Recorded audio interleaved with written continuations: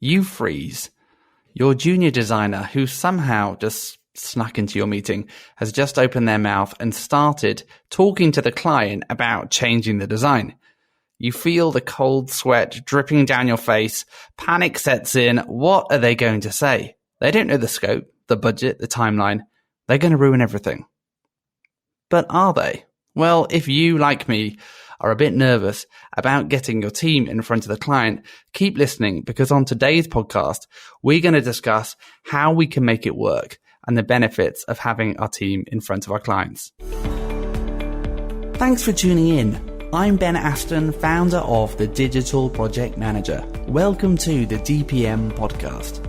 We're on a mission to help project managers succeed, to help people who manage projects deliver better. We're here to help you take your project game to the next level. Check out thedigitalprojectmanager.com to learn about our training and resources we offer through membership.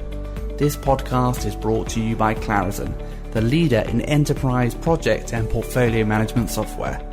Visit clarizen.com to learn more. So today I'm joined by Michael Luchen, and Michael is one of our resident DPM experts. He's a product coach at Crema, and they're a digital product agency, and they create web and mobile apps. And he works out of DC. He works remotely, helping people collaborate, analyze and solve complex problems, working with clients like Callaway Golf, Tiller, and a top global consulting firm as well. So Michael, so good to have you with us today. So good to be here. Now, I was actually just talking to you before that we started recording the show, and I did warn you that I'd been stalking you on YouTube. And if you haven't stalked Michael on YouTube, go ahead and do it. It's fun. But in one of the videos, it gave I think it was in an overlay. It said Michael speaks Greek and geek, and he's a good dancer. So tell us about these three things. Obviously, I believe that you're a geek. That much I can believe. But tell us about speaking Greek. Is this true? Yeah, well, I'll say of those three things, two of those three things are true. One is not. So yes, I am definitely most absolutely a geek, and I do speak a bit of Greek, but I'm not a good dancer. Oh well, that's disappointing. I was hoping maybe as a feature we could have a little dance something, but they'll have to wait for another time. How did you get to learning Greek? Is that a family thing? Yeah, my wife is Greek, so her whole side of the family is Greek, and my life is basically like the movie My Big Fat Greek Wedding. If you've ever seen that. I've not, but I'm aware of it. But yes, good luck with that then. Is that yeah, I'm sure it is. So tell us, apart from Greek, where do you go to get inspired? I know that you produce a lot of content for Crema, inspiring other people, but where do you get your inspiration from? Yeah, so I'm a huge RSS junkie. So I have a Feedbin account where I subscribe to a bunch of various DPM blogs and sites, and just general tech news newsletters. Substack is really taking off right now, so I've subscribed to some newsletters over there, and then of course on Twitter I like to follow any product leaders I can find, and it's just being able to take in all of that. It's a lot, but taking in all of that has really kind of given me a way to kind of tap into like how our field is always moving forward, and where I can help innovate next. Yeah. Is there any in particular that you've are enjoying at the moment? I really like Silicon Valley Product Group. Great newsletter from Marty Kagan that he's putting out on a pretty regular basis right now. And then I also like following John Cutler on Twitter with his insights. Nice. I just say one thing that I always enjoy reading is The Hustle have a newsletter. I don't know if you follow that, but it's more kind of like macro insights, just on how the world is evolving, changing, but often technology skewed. But they have lots of analysts who produce very readable insights on how the world is changing and evolving. So if you haven't checked that out, check out The Hustle. Yeah. It's a fun read. And tell us what are you trying to get better at? I know in our podcast recently, we talked about you taking on this role as a product coach. What are you personally trying to develop and get better at, and how are you doing that?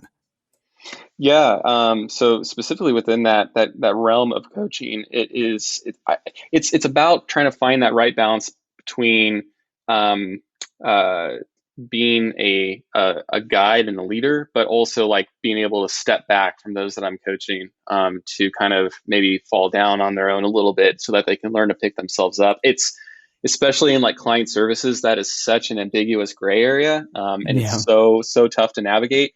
But I'm convinced that if that is something that I can get better at, that there's something of real unique value there.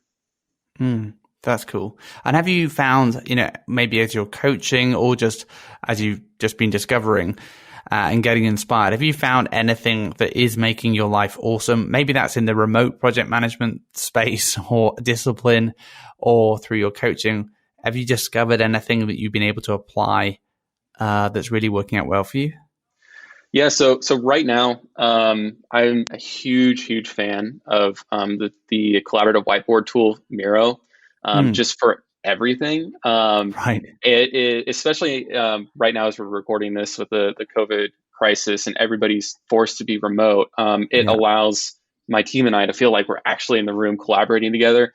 But it goes beyond that too. Like just on one project I'm on right now, we've been having ongoing design collaboration discussions on a shared Miro whiteboard for the last like few weeks, which is a huge productivity gain from the once a week only design meeting that we would have.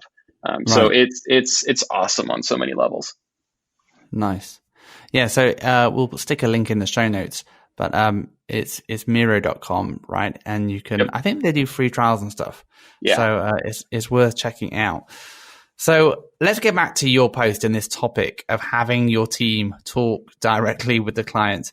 And I think this is an interesting one because so often in my experience, having the team in the client or directly liaising or talking with the client can be a complete disaster. And in fact, so much so that I've written a rules of client engagement, a guide to managing your team in client meetings that you can find in our membership area. So if you find that your team just aren't towing the line, check out that rules of client engagement. And we shared this as a case study on the digital project management a while back, but I wanted to circle back round and talk through it philosophically and practically with Michael, just to kind of get his take, because I think we've got maybe opposing views on how well this works. So I'm going to start with my beef, the things that I've seen go wrong when we do this, and then you can tell me why you think it's still worth it.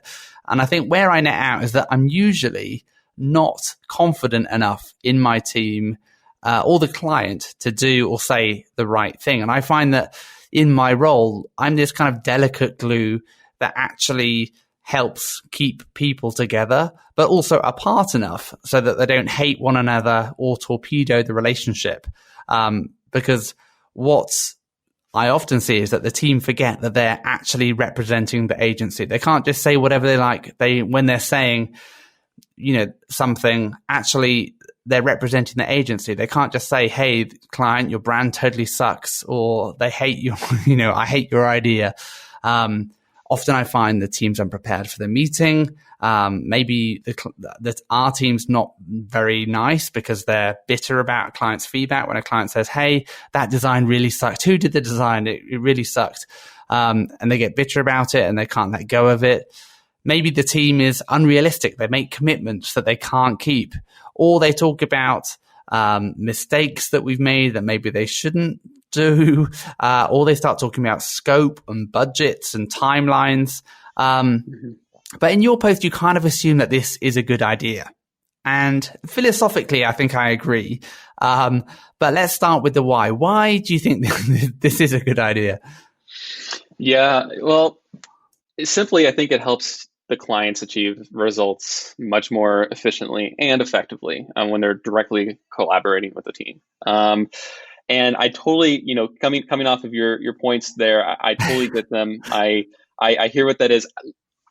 Honestly, those same points were something that I held close to my chest for a few years, before kind of looking at this way of like, well, what if we really did trust the team and allow the team to help lead the client, and lean into that trust by default. And going down that path for me, and still is to this day, incredibly hard, because as a PM, I want to be in control. I have that Yeah. drive to. My role is specifically around like that aspect of it, but it's kind of ironic in a way of that, by giving up control and focusing not on the people, but more the environment that they collaborate in, inclusive of the client, then those points, those problems, those potential problems become mute. Right. Okay. So let's talk about then in real terms, what this collaboration looked like for you. So, I mean, and again, I think, yeah, the crux of this comes down to control and whether or not we can, I guess, trust our teammates, trust the client to say the right things, to be nice to one another, and to, for the benefits of that to outweigh the cost of potentially torpedoing everything. So in your experience, like how you've made this collaboration work, is that sending one another emails, calling one another in Slack together, just in meetings together? Because I think the intensity and the frequency probably matter here in terms of, where we're giving a long leash, and where we're kind of reining things in a bit. Yeah. So, just from a very foundational perspective, using Scrum as kind of a guideline framework, we generally operate in 2 week sprints, which means we're going to have a sprint retrospective, a product backlog review, and a sprint kickoff planning session. The client is involved in all of those. It's something that we ask, really, and strongly recommend for the client to do.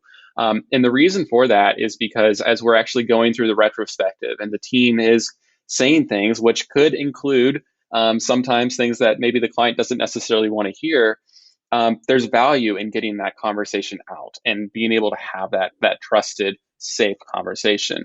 And the product backlog review, and if the client is asking to prioritize a massive new feature without any discovery or ideation or exploration into it, the team is able to say, well, no, like no, why should we go about this right now? We need to consider technical discovery. We need to consider maybe making a design prototype to validate this with the user, and it allows those conversations to be had.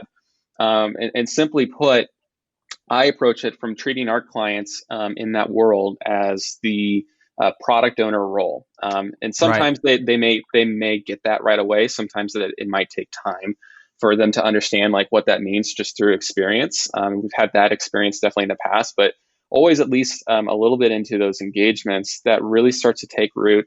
And then that's where, in addition to those standing meetings, we also use Slack with our clients, and we create shared channels where our clients are actually in those channels with our team, so that we can really lean into that value. So I will bring it back. I think will be a classic scenario, and that will be that the creative director and the design team have come up with a design that they think is perfect. And maybe it has been validated in some way through insights or testing, but you present it to the client, and the client's like, no, I want this. The classic, I want my logo bigger, or I want this, I want that. And ultimately the client's paying for it. And so how do you balance doing the right thing with the clients paying for it, and therefore they get to decide what happens? How do you balance that aspect without the client turning around and saying, look, I've asked 100 times now, just do what I want? Yeah, that's a good question, and it's definitely one of a scenario that I've had happen repeatedly. I think the Yeah. immediate thing to do is, and this is something I have conversations with my team members about, is to take a posture of education for the client. So in the design example, it might be explaining, well, this is why it's been validated by users. This is why this is going to mean results for what we're actually building for you, and thus results for your role to the client. And really being able to lean in that posture of education for the client, telling them why, showing them why, not necessarily backing down right away, which is hard to do. But with practice, like with that idea of, I'm really hired to help educate and teach the client to make a good educated decision, you can. Now, there are times where the client is going to have forces behind them that might be moving that they may not necessarily, for one reason or another, make visible, and that's not necessarily a bad thing. But to be flexible with that, if they continue to want to push forward, then yeah, you can go forward with what they're suggesting, but only after you have that conversation, so that you can consider it later down the road in the backlog to come back to or revisit as a good learning experience. Cool. And so you talked about having the team engaged in this discussion with the client, challenging the client when they're making bad decisions. But what were the kind of steps you took your team through in order to prepare them for doing that in an appropriate way, without people getting upset or without, torpedoing the relationship? Did you have any rules of engagement like I do in terms of, hey, you can come to this meeting, but here are the rules? How did you train and prepare your team to engage with the client in a kind of white glove way where you kind of maintain the relationship, but also are real with them about what should be done or what should not be done? Yeah. So I can definitely go really deep on this one, but I think simply, like, the simple takeaway is asking the team just to be transparent with their thoughts and share them, even if they feel hesitant around that. And from there comes opportunities to, of course, fine tune and grow your team on how to continuously engage with clients in potentially heated discussions or what might feel like heated discussions.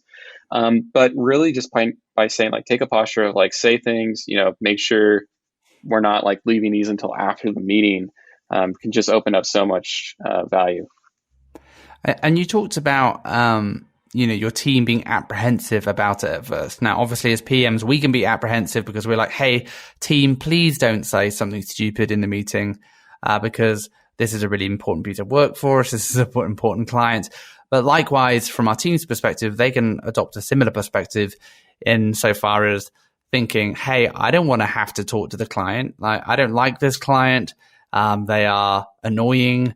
They don't speak my language. But why? You talk in your article about that changing over time for your team. So how did they transition from this apprehensiveness to, I guess, more confidence in being direct with the client? It takes time and just comfort and experience, I think, to move on from that. And just a little bit of from like a Scrum Master perspective, like the Scrum Master serves as a coach, and I love that metaphor in any project team. And so if you take that perspective and you're like, you might want to suggest this to the client just through normal conversations, then that can be a really great experience. So often in our roles, we have conversations every day with our team where they're like maybe bringing up an idea or maybe even a frustration about how a client is perceiving something. And it can be an easy knee-jerk reaction, I think, for us as PMs to say, oh, cool, like, let me dive into that with you, and then I will take that to the client and then come back to you. And that creates a bottleneck and a translation issue potentially too. And so rather than go down that path, I love to always lean into those as discussions like, hey, why don't you actually reach out to the client on Slack about that? Or why don't you bring that up on this call? And what I always like to do along those lines too is offer the team member I'm talking to a crutch of, hey, I can help you facilitate that conversation if you like, because I understand that it might be a little challenging for them. Right. More often than not, I am not taken up on that offer, and they move forward with engaging in that discussion with the client. Okay, so practically though, on the flip side of that, so that's kind of best case scenario. How do you keep the client then from bugging the team about things, interrupting them? You're talking about encouraging the team to go the team starts going around you then. So how are you keeping, if you've got, a big team, you've got UX talking to the client, design, dev, everyone's having this conversation as though they were the product owner. How do you maintain any sense of control when these conversations are happening around you and you're not, I guess, in the center of that? I think it comes down to facilitated alignment. Like the metaphor I'm really thinking about is just kind of that like silent guiding hand, not a controlling hand, but rather a guiding hand. And so to me, it's about setting up each sprint, each release around a shared aligned vision of what is the outcome that we're trying to generate here. So for each sprint, that might mean setting a sprint goal and aligning around that. For writing user stories, it might mean not diving into the weeds of how very specific design acceptance criteria should look, but rather focusing on outcome-driven acceptance criteria to give the team a little bit of room to find the best solutions and collaborate along the way. It's about finding, in general, it's about finding that kind of that vague gray area of having control, but also having being comfortable with a certain amount of control that you don't have, so that ultimately you have control of getting those results. It's very weird, but and it's a very challenging concept, even for me every day. But constantly, those results have been proven by leaning into this anxiety-inducing path that does lead to these amazing outcomes for the team. And so, have you found that it's worked better with some clients and some team members than others? I think what you're talking about is this utopia in my mind of, just kind of let them at it and release them, and everyone starts playing nicely together. But is it the case that this has worked across the board? There are definitely going to be challenge clients or in interactions, and I don't want to say like challenge clients and that challenge clients are challenging. More so, just like misalignments with personalities and team members and clients, etc. And I think that goes back to like kind of where that like guiding, coaching, team member role that we play comes into play. That you're having these conversations and you're going to have frustrations of the client's just not understanding it, or even the client might be saying these things to you about your team, and it's about then in turn taking a stance of, well, let's dive into that. Like, why do we feel this way, and how might we moving forward have more productive conversations, all without going back to this kind of the stance of saying let's only have the PM role and the client collaborate in silo from then on out. But instead, rather, how might you help those relationships grow from the problems that might be occurring? Yeah, I think I would also propose one reason why I know that, or why I think this works in your scenario so well, is the underlying engagement model, and that is that the way that your clients are typically engaging with you relies on a certain amount of trust in the first instance, right? Because you typically sell and engage with clients on a, you're buying a team for a certain number of sprints, and the deliverables are often quite loosely defined. So even within the engagement model, there's a level of trust that's implied in the first instance, and maybe that helps trickle down to the workings of the project, because the client trusts that the team has their best interests at heart. The team know that the client is trusting them because things are, everything's up for grabs. And maybe that helps with the client not being worried about the team taking advantage of them in some way. And, conversely, the team thinking, hey, this client is giving us a lot of leeway and scope. Nothing has been fully defined. Everything's up for grabs, rather than a more tightly defined project with a kind of fixed budget, fixed scope, fixed timeline, and everyone's just kind of struggling and pushing to deliver to that. And because everyone's trying to make as much profit as they can, or get things done as cheaply as they can on the client side, people are then more, incented to cut corners or approach things in a less collaborative way? Yeah, absolutely. The model, the contract model that we have, duration and price, does play a role in helping create kind of the structure of the environment to have this kind of organic means of client and team collaboration. We definitely have challenges from time to time where the client might try to treat it as if it's a defined scope engagement, but Right. again, those conversations are enabled by that framework. And what I love about it too, just as being a PM within that role, within that type of contract engagement, is it really truly does allow me to lean into the posture of being a coach and being a mentor to the team members and also the client. Of this is what ideal collaboration looks like. How can we get there, knowing that each engagement, each personality is different. Yeah. And so in your experience, though, obviously you've been talking about things going well, but where things do fall apart for you, what has happened when it hasn't worked? What are your what are your fail stories of this? Yeah. So, I mean, I can think of a lot of examples, of course, examples that have been resolved, Right. because again, it goes back to just how this is naturally set up. And so, I can think of one example where things were going well, and the client had grown away from maybe some old like waterfall notions of expectations into more agile notions, and then for whatever reason, due to stakeholder pressures or other factors, the client reverted to that, and it frustrated the team. It made the team Right. feel burned out and not heard and wanting to check out. And at that point, this is really where I think there becomes a whole kind of psychological component of it.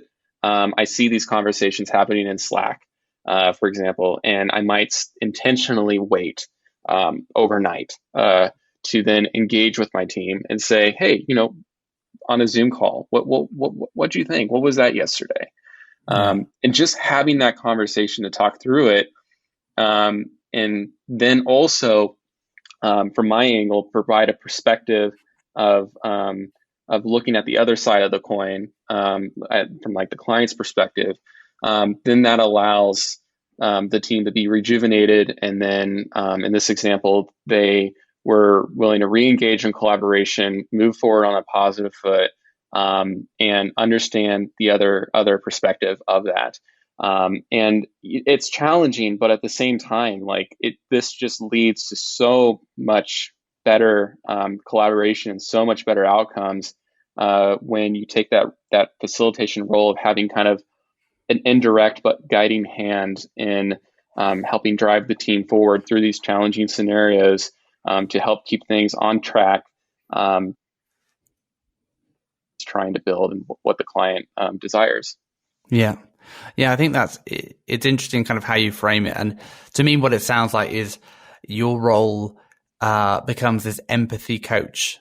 And it's almost as if how you might actually work with your kids, if you have kids, helping people to understand maybe the other person's perspective, and how they might be feeling or thinking, or why they might be doing what they're doing, why they might be saying what they're saying.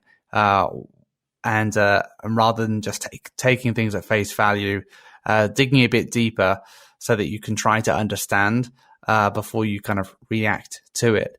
But to someone who's kind of new to all this, who like me maybe has got their fingers burnt in the past by having a designer start talking to to the client about changing the design when there's no budget or there's no real scope for them to do that. What would you recommend? Where do you think a good place to start is for beginning to get your clients and your team engaging more directly with one another, with the purpose and the intent really of speeding up the process, of increasing the quality and value of the thing that you're producing? Where would you start with that? So really focusing on leading with experiments and saying, like, for example, like, hey, let's take a more agile approach to these next couple of weeks. Let's take a more different approach where client, you're going to play the product owner role, and then the team, you're going to be collaborating directly with the client. I'm going to be here as a facilitator, to help with those types of conversations. If we need to do any sort of like design thinking exercises or anything like that during a sprint, we can do that. But being able to set up that experimentation posture allows you in turn, as somebody doing this for the first time, to give yourself some grace, which is so important, because there's going to be days where you're going to start going down this path. You're going to feel emotionally beat, and you're going to think, wow, this is really difficult. And this is why I think as a side note, like, this is why I think so few product leaders do this, is because what's hard about our jobs isn't, not to diminish it, but it isn't always just like writing user stories and helping figure out like, what are we going to build next? Those are tactics that can be learned. But I think what is truly the most difficult part of our job is when you lean into kind of that empathy coach type posture, as you mentioned. That allows us to help multiply our team's abilities and allows the results to be driven forward more effectively and more efficiently, and everybody to be collaborating together really well. But it's so hard to do that because you're letting go of control, but at the same time, you're not letting go of control because you're creating and iterating on carefully managed like bumper lanes in a bowling alley, as I like to use it as a terrible metaphor. But it allows that to happen. And if you give yourself that experimentation time, and you even maybe tell your team and your clients, hey, this is an experiment, I think that can be a really good place to start and figure out how does this look like for you and your team. Yeah, awesome. Well, Michael, thank you so much for joining us. It's been great having you with us today. Thank you. And I'd love to know what you think. How does having your team talking with the client work for you? Does it work? Does it not work? Is your experience like Michael's, where it becomes this beautiful, synergistic relationship where beautiful things happen, or do you end up in complete disaster? I'd love to know what works and what doesn't work for you. Tell us your fail stories. Tell us your wins of this working, all in the comments below. And if you want to learn more and get ahead in your work, come and join our tribe with DPM membership. Head to the digitalprojectmanager.com/membership, and you'll get access to our Slack team, templates and samples, workshops, office hours, ebooks, and more. And if you like what you heard today, please subscribe and stay in touch on the digitalprojectmanager.com. Until next time, thanks for listening.